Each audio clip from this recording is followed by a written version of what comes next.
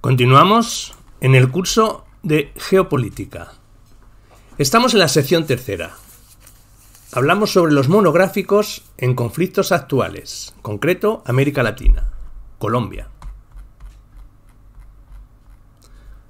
Antecedentes.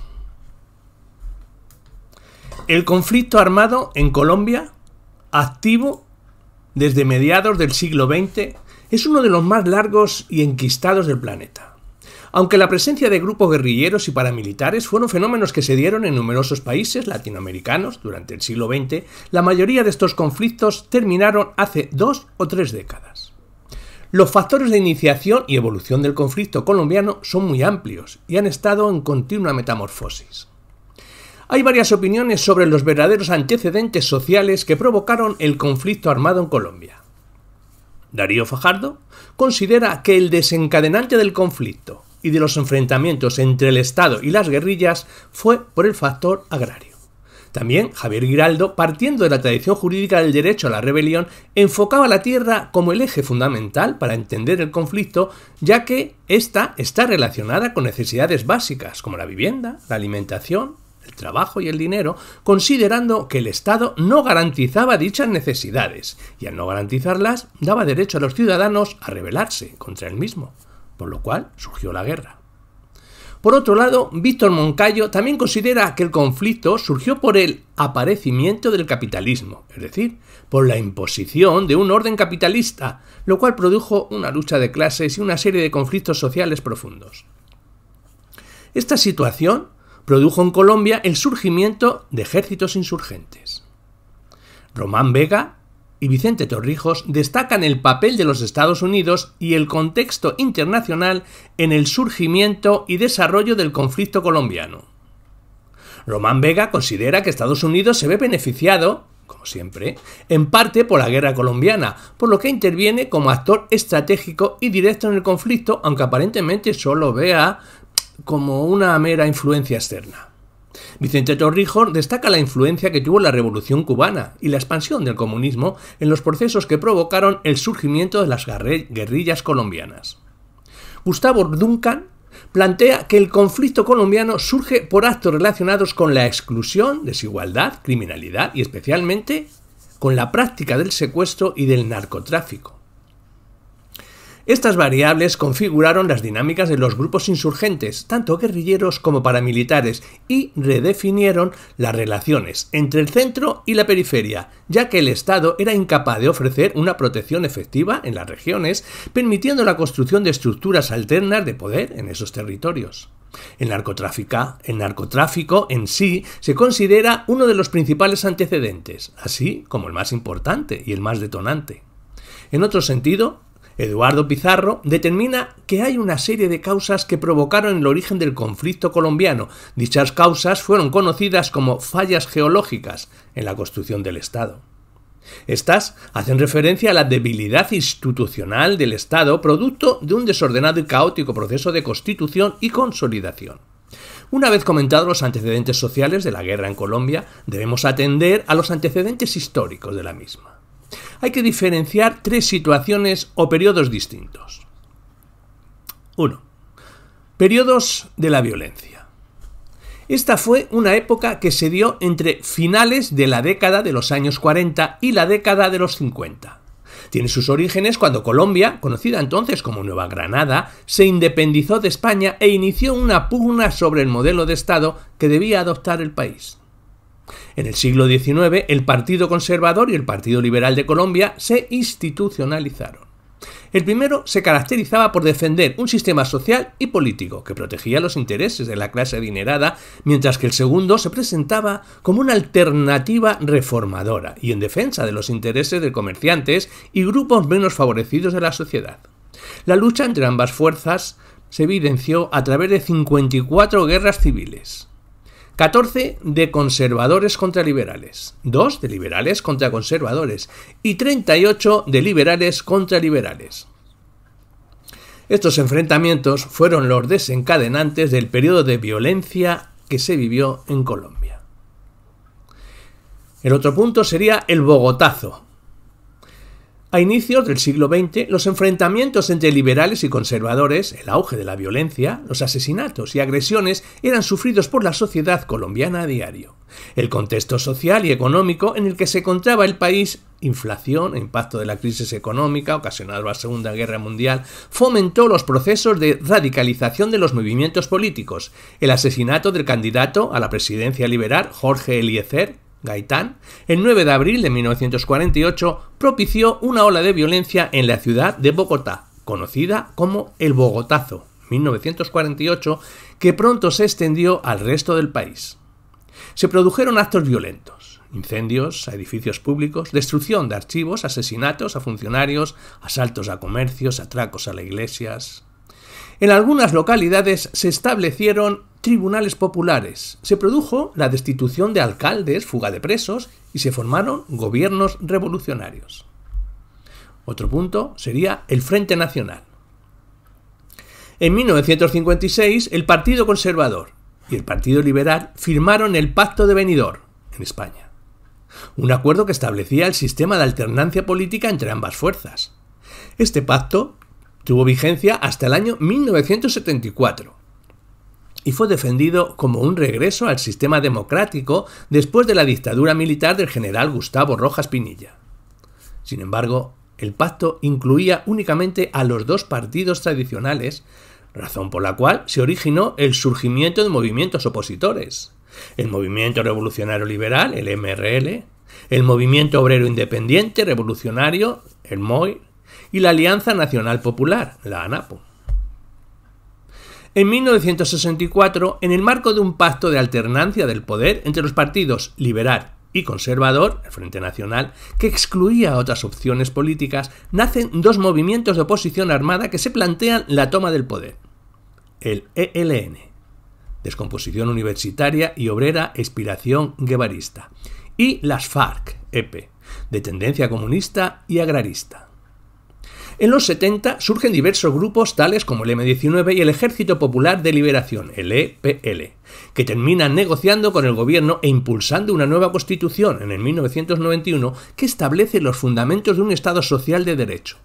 A finales de los 80 aparecen varios grupos paramilitares instigados por sectores de las Fuerzas Armadas, terratenientes, narcotraficantes y políticos tradicionales en defensa del status quo mediante una estrategia de terror.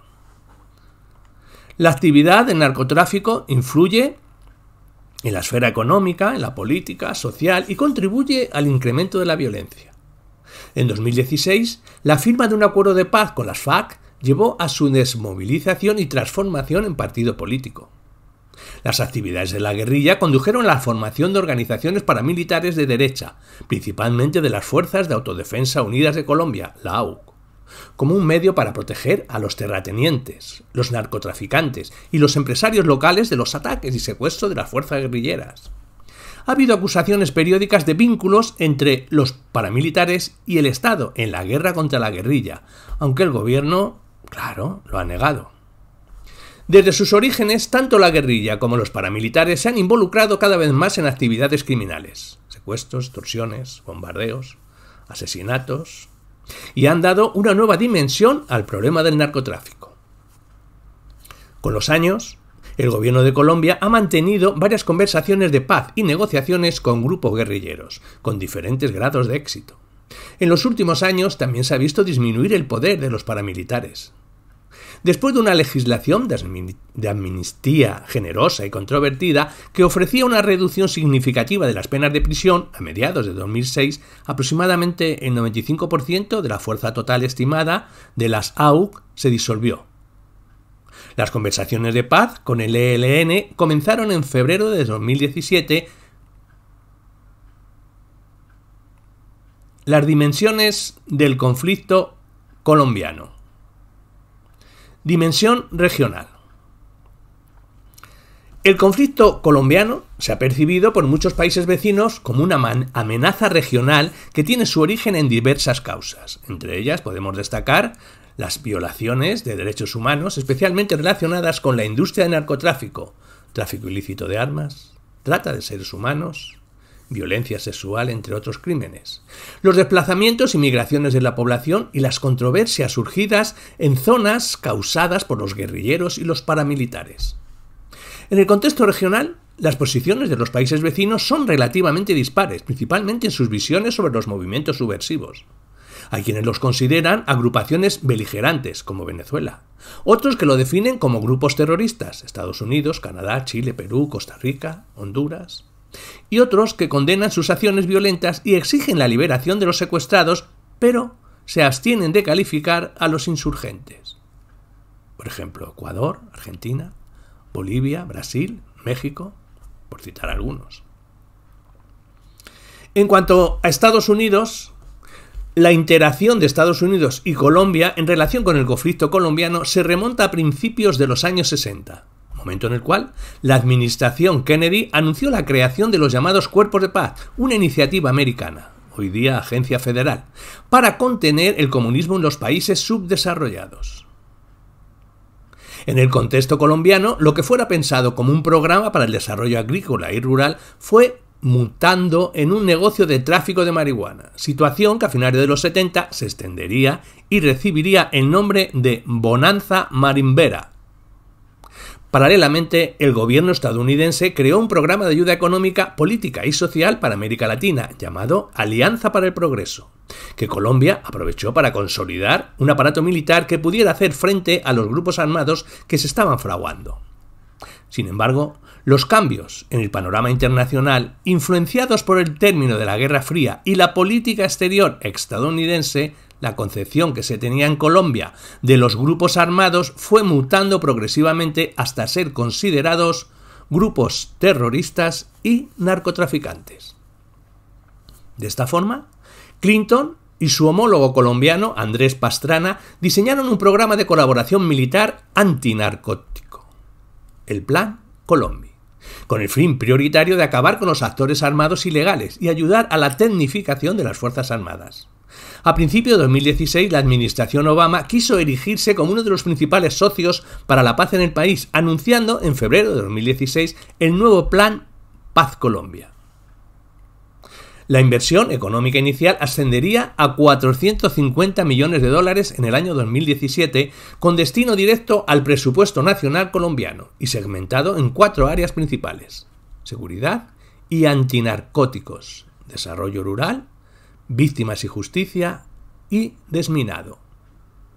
De las partidas invertidas, cerca del 71% ha beneficiado a las Fuerzas Armadas y la policía, y el 29% restante se reservaría a brindar apoyo directo a proyectos productivos en el campo, atención a población desplazada, fortalecimiento del sistema de justicia, reintegración de excombatientes y las unidades de víctimas y de restitución de tierras. En todo caso, también hay que subrayar que Plan Colombia también ha recibido muchas críticas por su ineficacia y su impacto negativo sobre la salud humana, los derechos humanos y el medio ambiente. En cuanto a Venezuela, podemos decir que sin lugar a dudas las relaciones bilaterales más complejas que ha tenido Colombia se han desarrollado con Venezuela. Las regiones fronterizas han sido objeto de numerosos ataques de grupos como las FARC, el ELN y la AUC, ocasionando grandes tensiones entre sendos países. A finales de los 80 y principios de los 90, las relaciones binacionales tomaron un nuevo enfoque de apoyo mutuo. En este sentido, se iniciaron procesos de integración económica, intercambio comercial, alianzas estratégicas e inversiones cruzadas empresariales. Era el boom del comercio bilateral. Sin embargo, las relaciones se empezaron a deteriorar a principios del nuevo milenio por diversas causas. En este sentido, el gobierno colombiano denunció internacionalmente de la presencia del guerrillero de las FARC-EP en territorio venezolano, a raíz del famoso caso Rodrigo Granda, guerrillero del grupo capturado en Venezuela el 13 de diciembre de 2004. Por otro lado, el conflicto colombiano ha generado una crisis migratoria hacia Venezuela. En el año 2005, la Consultoría para los Derechos Humanos, la COES, afirmó que había 3.649 solicitudes de asilo político por parte de ciudadanos colombianos. Si bien con la llegada de Juan Manuel Santos al poder, en 2010, se normalizaron las relaciones. De nuevo, la inconsistente presencia de Maduro asumió afecto significativamente la diplomacia entre los dos países. En cualquier caso, el apoyo del gobierno venezolano al proceso de paz ha sido expresado desde sus inicios. En cuanto a Perú, podemos decir que en diciembre de 1985 la guerrilla colombiana, el M-19, estableció contactos con la guerrilla peruana, la Tupac Amaru. Como propuesta de integración de guerrillas latinoamericanas surgió el denominado Batallón América, que a la postre se fue diluyendo por el debilitamiento del M-19. Años después, el gobierno peruano de Fujimori utilizó el miedo a una invasión de grupos guerrilleros colombianos como estrategia, con el fin de desviar la atención de los escándalos de corrupción que implicaban a su gobierno con el tráfico de armas. Ya en el gobierno colombiano, Álvaro Uribe, y en el peruano, Alejandro Toledo, se redoblaron los esfuerzos para disponer de fuerzas estatales y militares en los pueblos fronterizos para controlar, en la medida de lo posible, las nuevas rutas del narcotráfico. Se implementaron planes de fomento a la educación, construcción de hospitales y se mejoró ostensiblemente la calidad de vida de las personas, si bien el incremento y fragmentación de grupos guerrilleros en la frontera precipitó el abandono de muchos de los planes iniciados. Perú es uno de los países que más superficie cultivada de coca tiene. En 2017 se cifró en 49.900 hectáreas, el equivalente al 20% del cultivo mundial. En cuanto a Brasil, diremos que desde 1993 existe una comisión de vecindad e integración entre Colombia y Brasil, un apoyo importante en sus inicios, pero que se fue difuminando poco a poco, entre otros motivos, las estrategias dispares para combatir los grupos armados y el recelo de Brasil respecto a la aplicación del Plan Colombia. La frontera colombo-brasileña ha ofrecido históricamente importantes ventajas geográficas a nivel militar y para desarrollar actividades ilícitas. En primer lugar, la complejidad orográfica y selvática de esta región ha permitido a los grupos irregulares establecer sus bastiones de retaguardia y centros de mando. En segundo lugar, la cercanía de estos departamentos con Venezuela, Brasil y Perú ha facilitado la eclosión de corredores de tráfico ilícito que operan como redes de financiación y reordenamiento de tropas. En cuanto a Ecuador, diremos que las relaciones con Ecuador han tenido un gran impacto en tres áreas de actuación bien diferenciadas: económica, militar y social. En el primer ámbito, las relaciones fueron amistosas y de apoyo en las políticas de seguridad y defensa de Colombia en contra de las FARC-EP y el ELN. Ecuador participó en una alianza internacional para afrontar la cuestión de las drogas y el tráfico de armas, ofreciendo bases militares en la lucha contra los grupos armados. Con la llegada de Rafael Correa a la presidencia ecuatoriana en el año 2007, se produjeron una serie de tensiones causadas por la declaración de neutralidad del gobierno ecuatoriano frente a la lucha contra las guerrillas colombianas y por la abstención de participar en operaciones conjuntas con Colombia. Este cambio de posicionamiento del gobierno ecuatoriano se justificaría, entre otras, en base a dos operaciones concretas.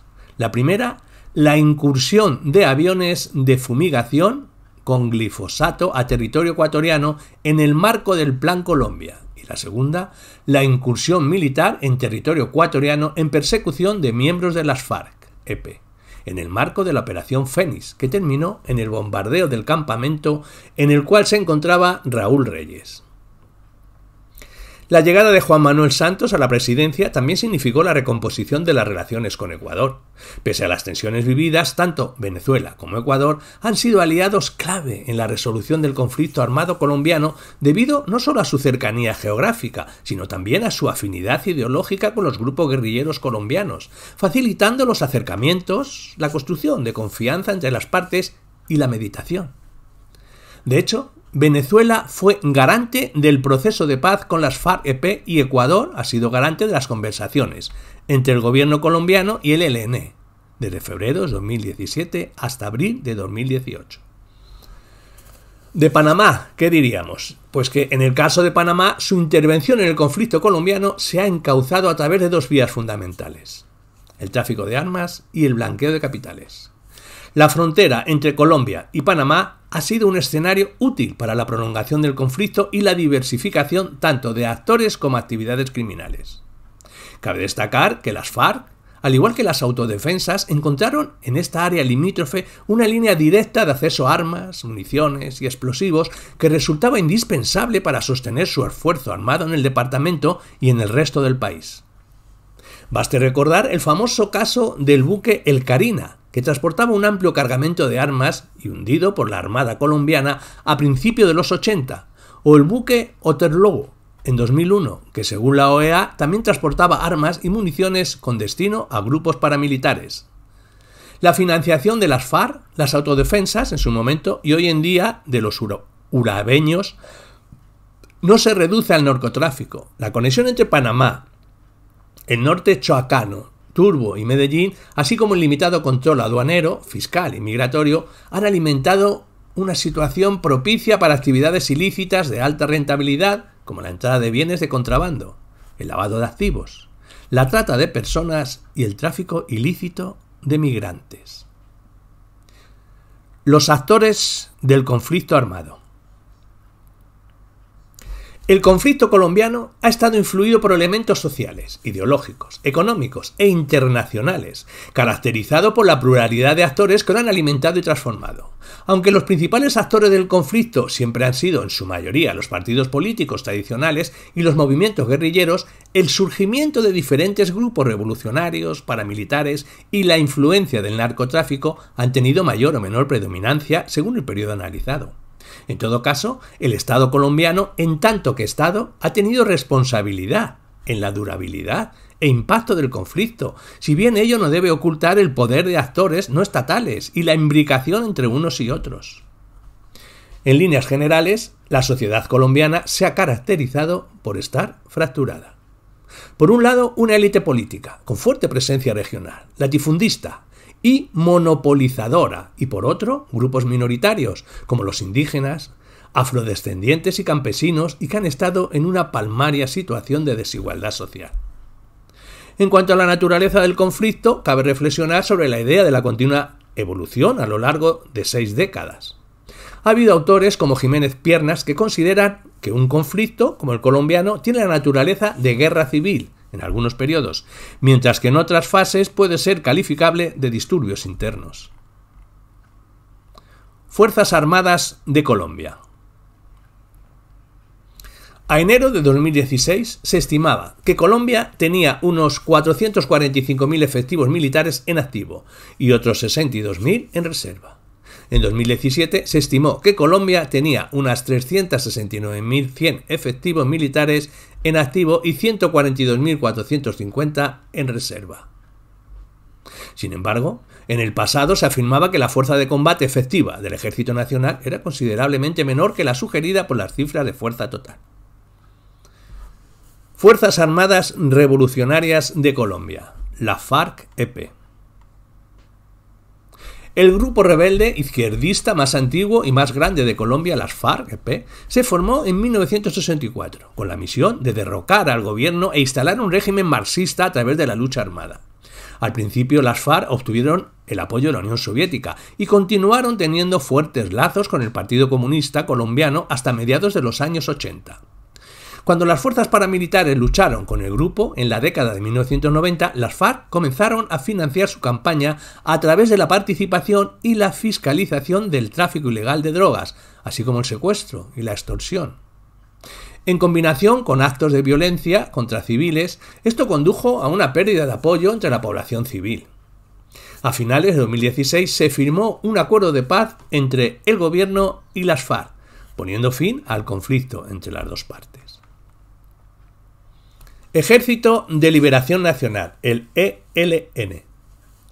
Este fue fundado en 1964, el Ejército de Liberación Nacional.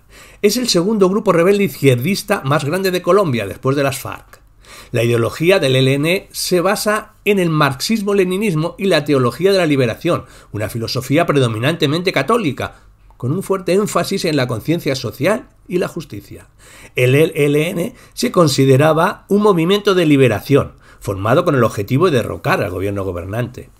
El grupo cree que la participación extranjera en la industria petrolera de Colombia viola la soberanía del país y las empresas extranjeras están explotando injustamente los recursos naturales de Colombia. Durante mucho tiempo fue visto como más motivado políticamente que las FARC, manteniéndose fuera del tráfico de drogas ilegales por razones ideológicas. El ELN alcanzó el apogeo de su poder a finales de la década de 1990, llevando a cabo cientos de secuestros y golpeando infraestructura como oleoductos. Desde entonces, las filas del ELN han disminuido de alrededor de 4.000 a un estimado de 1.500, sufriendo derrotas a mano de las fuerzas de seguridad y paramilitares. Sin embargo, en octubre de 2009, los rebeldes del ELN pudieron sacar a uno de sus líderes de la cárcel, lo que indica que no es una fuerza completamente gastada. En los últimos años, las unidades del ELN se han involucrado en el tráfico de drogas, a menudo formando alianzas con bandas criminales. El ELN permanece en las listas estadounidenses y europeas de organizaciones terroristas. Para 2017, el ELN tenía entre 2.000 y 3.000 miembros activos desde su declive, desde su apogeo de entre 4.000 y 5.000 rebeldes a fines de 1990. Bandas criminales. La Bakri. El gobierno colombiano ha utilizado el término bandas criminales para identificar los nuevos tipos de actores armados que han surgido de 2006 y que debido a sus constantes transformaciones y cambios son difíciles de identificar. La mayoría de estos nuevos actores han reemplazado a las antiguas Fuerzas de Autodefensa Unidas de Colombia, la AUC, luego de su desmovilización en 2005, uniendo fuerzas con organizaciones de narcotráfico y presuntamente involucradas en desapariciones forzadas, torturas, secuestros, trata de personas, limpieza social y desplazamientos internos. En palabras del informe de la Misión de Apoyo al Proceso de Paz en Colombia de la Organización de Estados Americanos, la MAP, OEA, ha habido un resurgimiento de la violencia común, aunque sin las connotaciones políticas del pasado, que tienen un potencial de ser muy perjudicial. Sin embargo, de acuerdo con las directrices de la Directiva 015-244, solo el Clan del Golfo, anteriormente conocido como los Urbabeños, Clan Usuga o Autodefensas Gaitanistas de Colombia, los Puntillos y los Pelusos fueron reconocidos por el gobierno como grupos armados organizados. Sus actividades tienen alcance internacional y generan un alto nivel de violencia armada que excede los niveles de disturbios internos y tensiones, disponen de una estructura de comando y tienen la capacidad de llevar a cabo operaciones militares y de adquirir, transportar y distribuir armas. El informe MAP señala lo siguiente. Grupos armados como el Clan del Golfo o los Pelusos están ganando notoriedad por sus ataques contra las fuerzas de seguridad. Estos grupos tienen estructuras no homogéneas y pueden tomar medidas diferenciadas y flexibles en respuesta a circunstancias y contextos locales y regionales específicos. Buscan reproducir escenarios de control coercitivos en las comunidades rurales y urbanas, promoviendo la consolidación de las bases organizativas de la comunidad y la movilización social para hacer valer los derechos. La CIDH ha lamentado el aumento de los asesinatos de miembros de esta población en los últimos meses de 2016 y ha observado con preocupación un aumento en la vulnerabilidad de los líderes campesinos, indígenas y afrocolombianos a tal violencia. Según la comisión, esta tendencia ha continuado en 2017. Según la organización no gubernamental colombiana Indepaz, en el primer semestre de 2017 las Bakri tuvieron operaciones en 275 municipios de 28 departamentos, mostrando la mayor permanencia, una alta intensidad, en 165 municipios de 23 departamentos. El gobierno ha determinado que algunos grupos han cambiado su modus operandi, generando menos violencia, mientras que han sido más rentables al mismo tiempo. Ahora, los lugares más violentos son principalmente aquellos en los que estos grupos luchan por el territorio para el control de las rutas de drogas.